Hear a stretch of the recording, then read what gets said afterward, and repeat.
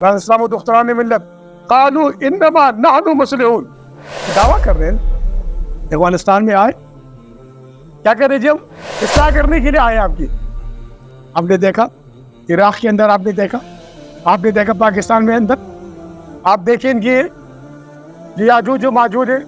میرے خطبہ حضرات سے اپیل ہے کہ ان مفسدین کے بارے میں امت مسلمہ کے نوجوانوں کو ان کی رہنمائی کریں، ان کو بتائیں کہ یہ مفسدین ہے، یہ مصلحین نہیں ہے جو زمین پر فساد پیدا کر رہے ہیں۔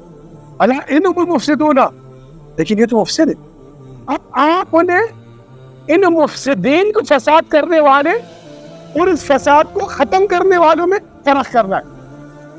اور آپ نے دیکھنا ہے کہ کون لوگ ہیں، وہ کون سے طاقتیں ہیں، وہ کون سے گروہ ہیں، وہ کون سے لوگ ہیں جو فساد پیدا کر رہے ہیں۔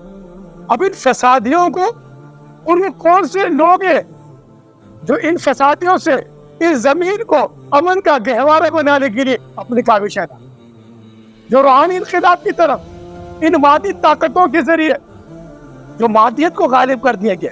اور اٹھائیں ذرا غور کریں، جس طرح فرعون پہ مادیت غالب تھی، جس طرح شداد پہ مادیت غالب تھی، جس طرح حمام پہ مادیت غالب تھی، جس طرح کیسر ایران پہ مادیت غالب تھی، جس طرح کیسر روم پہ مادیت غالب تھی، اس مادیت کو اللہ نے کس طریقے سے ان پر غلبہ کیا؟ تو کیا وہ اللہ نہیں ہے؟ کیا وہ رسول نہیں ہے؟ کیا قرآن نہیں ہے؟ پھر ہم انہیں ان مفسدین کو پہچان لیں۔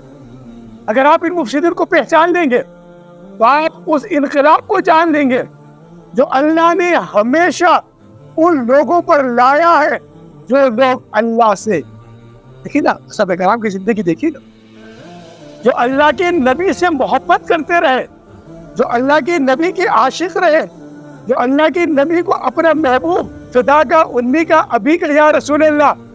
موسیٰ علیہ السلام کے دور میں آپ دیکھیے جو موسیٰ علیہ السلام سے محبت کرتے رہے، عیسیٰ علیہ السلام کے دور میں آپ دیکھیے، ابراہیم علیہ السلام کے آپ دور میں دیکھیے، لوط علیہ السلام کے دور میں آپ دیکھیے، نوح علیہ السلام کے دور میں آپ دیکھیے،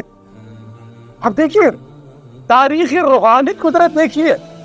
اللہ نے وہ جو محدود چند تھے جو اس کے حبیب سے محبت کرنے والے تھے، جو اس کے نبی سے محبت کرنے والے تھے، جو اس کے نبی کو چاہنے والے تھے، فرعون کی طاقت کو ڈبو کر موسیٰ علیہ السلام کو کس طریقے سے اللہ نے پار کیا۔ یہ روحانی انقلاب۔